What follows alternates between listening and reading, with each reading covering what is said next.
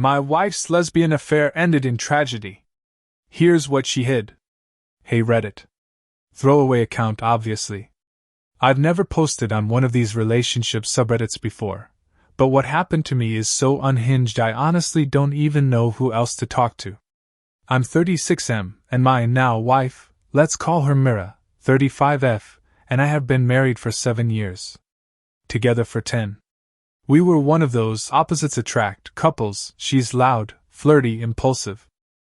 I'm quiet, loyal, always planning 5 steps ahead. People used to joke we'd either last forever or crash in a fireball. Well, light the match. Things were decent for the first 5 years. Mira could be intense, moody, secretive. But she had this energy that made everyone fall in love with her. You know the type, she walks into a room and suddenly people forget you exist. I was proud to be the guy she chose.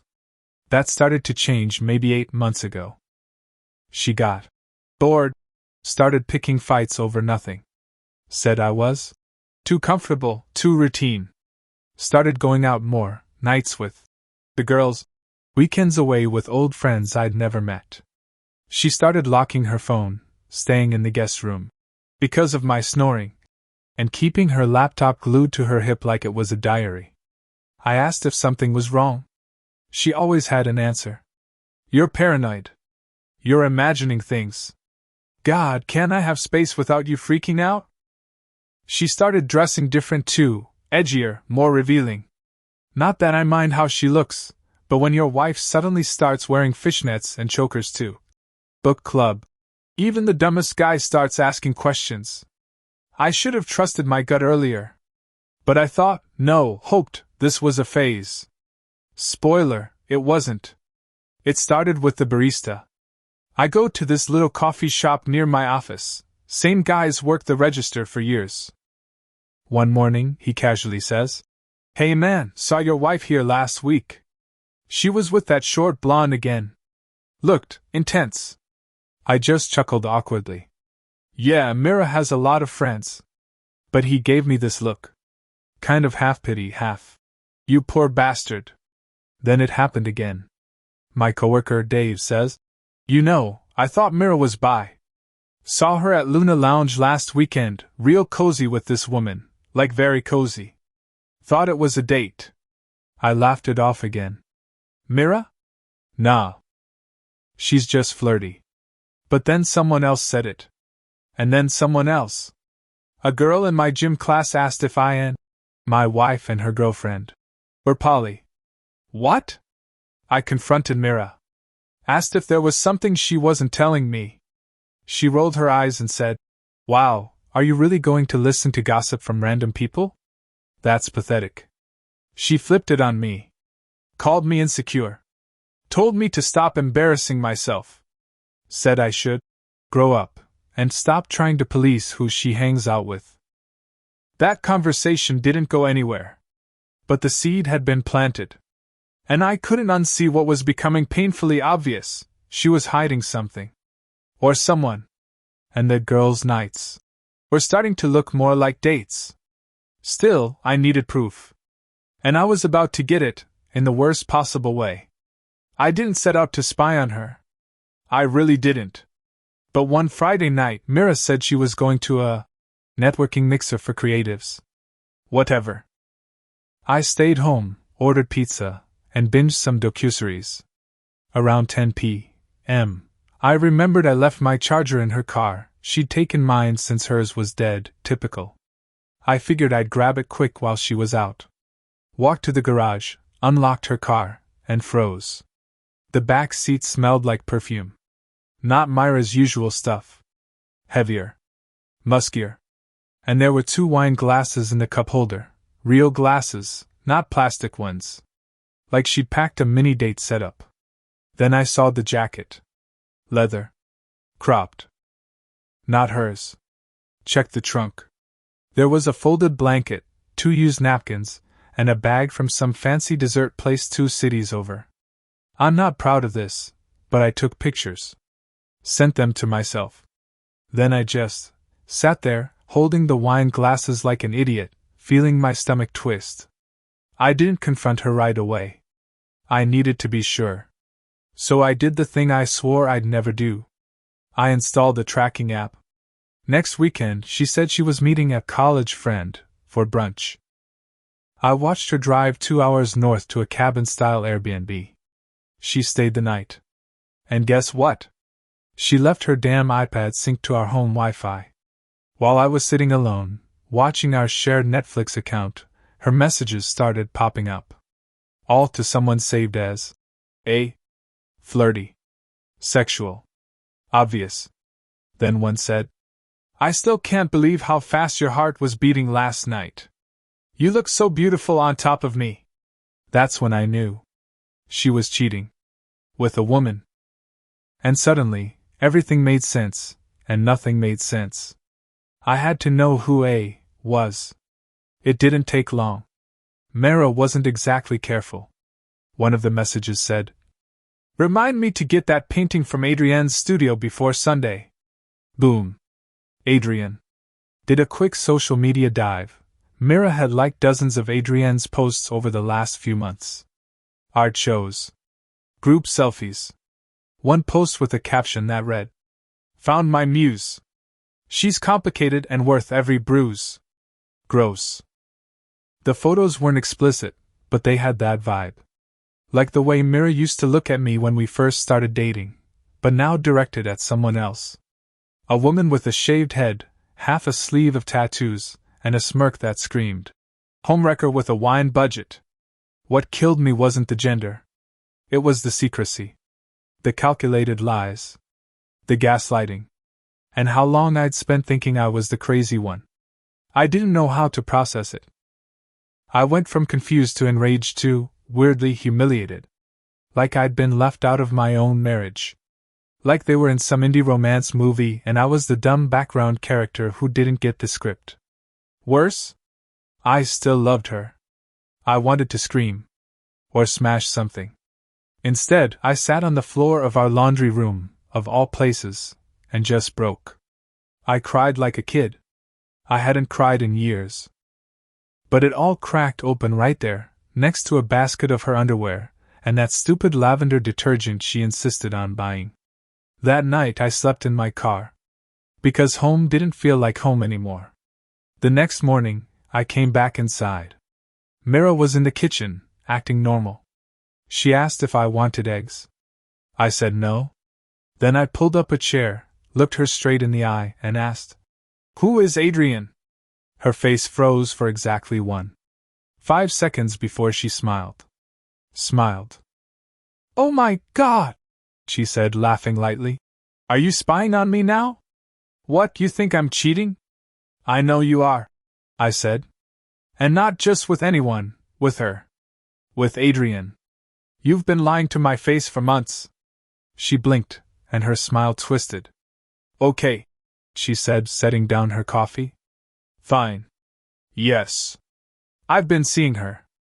Just like that. No apology. No shame. She looked relieved. You lied to me, I said, shaking. You made me feel insane. You are insane, she snapped. Do you have any idea how controlling you've become? Always questioning me, snooping, acting like I owe you every detail of my life. I'm your husband. Yeah, she said coldly. And? That doesn't make you my warden. I was speechless.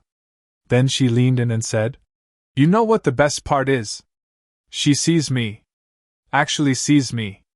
Not like you, sitting around in your little routine life. You were just comfortable. That was it. Something in me shut off. That tiny part of me still clinging to hope, it died. I stood up, said nothing, and walked out. And I knew, in that moment, I wasn't coming back. I stayed at my brother's for the next few days, trying to wrap my head around it all. Mira didn't call. Didn't text. Nothing. Then came the news. I got a call from a mutual friend, Jenna, who sounded like she'd seen a ghost. Are you sitting down? She asked. Why? It's Adrienne. She's dead. I swear, the world tilted sideways. My mouth went dry. Apparently, Adrienne was found in her studio, OD'd on a mix of pills and alcohol. The cops weren't calling it a suicide officially, but everyone was whispering it. And guess who was there that night? Mira. I didn't know how to process it. My cheating wife's mistress was dead. And my wife? She was posting cryptic Instagram stories about heartbreak and losing a soulmate. It felt like a punch to the soul. Like she was playing the grieving widow while I was left holding the pieces of a marriage she destroyed. She finally called me that night, sobbing. "I didn't mean for any of this," she cried. "I didn't think she'd actually." I didn't say a word. Because suddenly, I wasn't angry anymore. I was numb. And underneath it all? Something else started to creep in. Something cold. Sharp. Revenge. After Adrienne's death, Mira spiraled. She took time off work, posted endless black and white selfies with captions like, "What is love if not pain?" and "Some souls burn too brightly."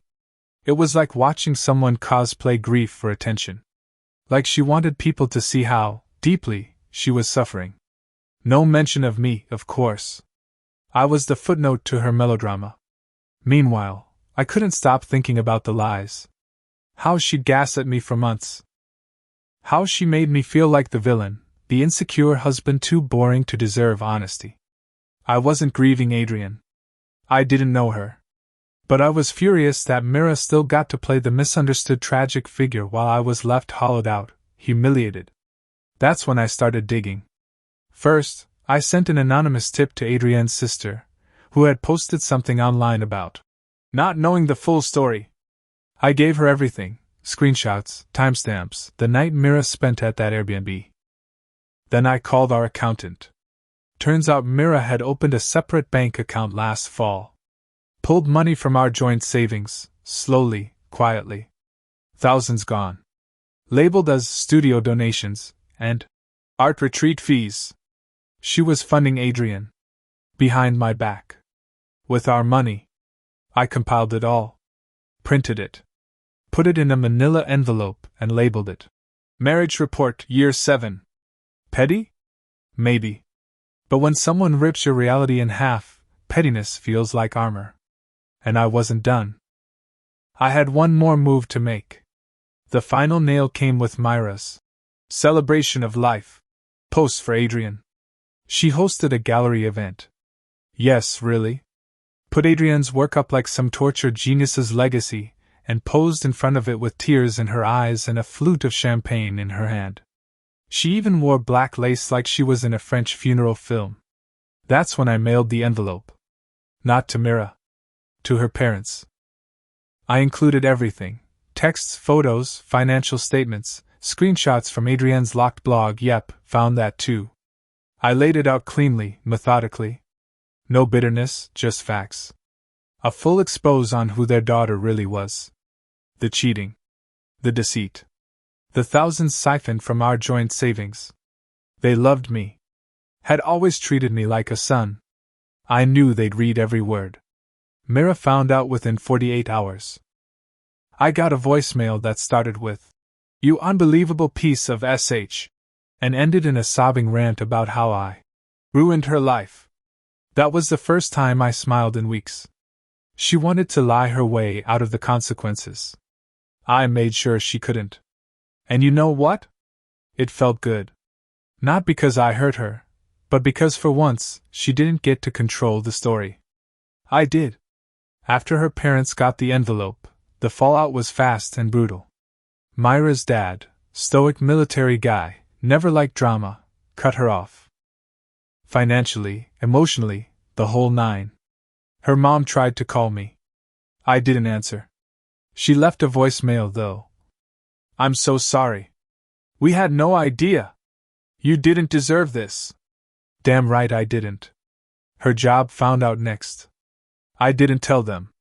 But apparently Mira had submitted some of Adrienne's artwork as part of a company wellness art initiative.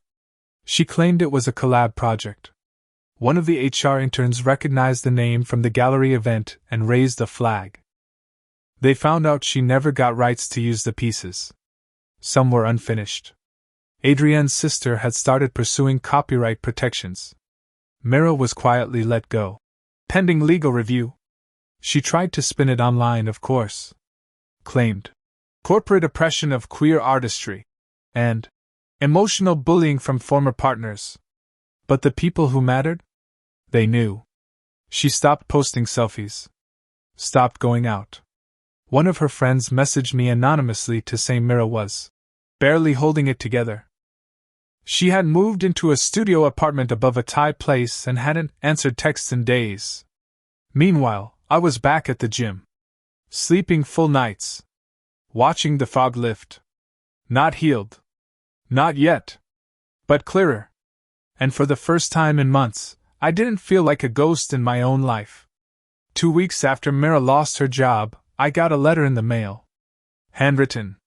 No return address, but the handwriting was unmistakable. Mira's, looping and dramatic like always. I almost tossed it. But curiosity won. It was 5 pages long. Rambling. Self-pitying. Somewhere between an apology and a confessional memoir. She said she didn't plan to fall in love with Adrienne. That it started with harmless messages, and turned into something she couldn't stop. Claimed she didn't mean to hurt me, and was trying to find herself. Then she wrote this line. You were always too good to me, and I hated you for it. That one stuck. Because it said everything. She didn't cheat because I failed her. She cheated because I didn't, and that made her feel small. Guilty. Cornered by her own inadequacy. It wasn't about gender. Or passion. It was about power. At the end, she begged for forgiveness. Not to get back together, she knew better than to ask that. Just to be free from the version of me you must carry now. I didn't respond. I thought reading her letter might bring some closure. It didn't. Instead, it opened a door I'd kept slammed shut, the echo. The part of betrayal that sneaks into everything, music, places, sense. The world suddenly feels booby-trapped by memory. I couldn't walk past Adrienne's old studio without my chest tightening. Couldn't hear laughter from a group of women without thinking, which one's the liar? Even stupid things hit different, like laundry. Folding her old shirts felt like folding someone else's past, someone I no longer recognized but couldn't quite forget. My therapist said that's normal. That betrayal lingers not because we miss the person, but because we grieve the version of us that loved them without hesitation. She was right. I missed the guy who believed Mira would never hurt me. The guy who thought trust was a given, not a gamble. That guy's gone. Now I double-check intentions. I pause before opening up. I don't give my heart away like it's candy anymore. But I'm not bitter. Not anymore. Just quieter inside. Time passed. I started doing things I used to love, things Mira always rolled her eyes at. I joined a local trivia team. Picked up woodworking again. Even got a dog. A clumsy rescue mutt named Diesel who chews my shoes and sleeps like a corpse. And people started coming back. Friends I thought I'd lost. My sister, who had always been wary of Mira, reached out and invited me to dinner like old times. The world felt livable again. I sold the house. Too many ghosts in those walls. Got a small condo on the edge of town with more light, less history. I repainted everything myself. Chose every piece of furniture. Every corner finally felt like mine. And you know what? I started dating again. Slowly. Carefully. Nothing serious yet, but real. Conversations that didn't feel like interrogations. Smiles that weren't followed by paranoia. It was strange, at first, realizing I didn't have to flinch at happiness. That love could exist without control or deception. I'm not saying I'm healed. But I'm not broken anymore. I'm rebuilding. Brick by honest brick. I used to think closure was something you got from the person who hurt you. That one final conversation, that perfect apology, that magical moment where everything makes sense and the pain goes quiet. That's not how it works. Closure isn't a conversation. It's a decision. I didn't get a clean ending. Mira never really apologized, not without centering herself in it. Adrienne died before I could ever look her in the eye and ask, why? So I made my own ending. I forgave myself, for not seeing it sooner, for loving too hard, for staying too long, for trusting someone who didn't deserve it. That was the real wound anyway. The one that bled longest.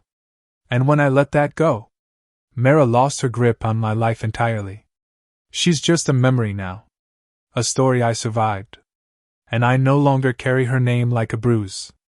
Looking back, I wouldn't undo what happened. That sounds insane, I know. But that kind of betrayal? It strips you raw. And in the rawness, you finally see what was never right in the first place. I learned that being the good guy doesn't mean people will treat you well. That loyalty isn't a shield, just a mirror that shows who someone really is. I learned that someone can look you in the eyes and lie with every breath, and it has nothing to do with you, not your worth, not your flaws. And I learned that revenge is best when it's quiet. When it's just you, living well, far away from the wreckage they made and expected you to sit in. I don't need Mira to hurt anymore. I don't care what apartment she's in or who's pitying her now. She'll always carry the weight of her choices. Me? I walk lighter now. If you're reading this because you're where I was, lost, lied to, unraveling, let me say something to you directly. You are not weak for trusting. You are not stupid for loving. You are not broken because they broke their promises. The pain will suck the air out of your lungs for a while. It will wake you up at 3 a.m. and make you question your reflection. But one day, without realizing it, you'll get through an entire morning without thinking about them. Then an afternoon. Then a week. And eventually, you'll wake up in a life that feels yours again. A life they no longer get to touch. For me, it took betrayal, silence, death, and fire to learn how to truly live for myself. You don't need to burn your life down to find freedom. You just need to walk, step by shaky step, towards something honest. Even if that honesty is just your own heartbeat in the quiet.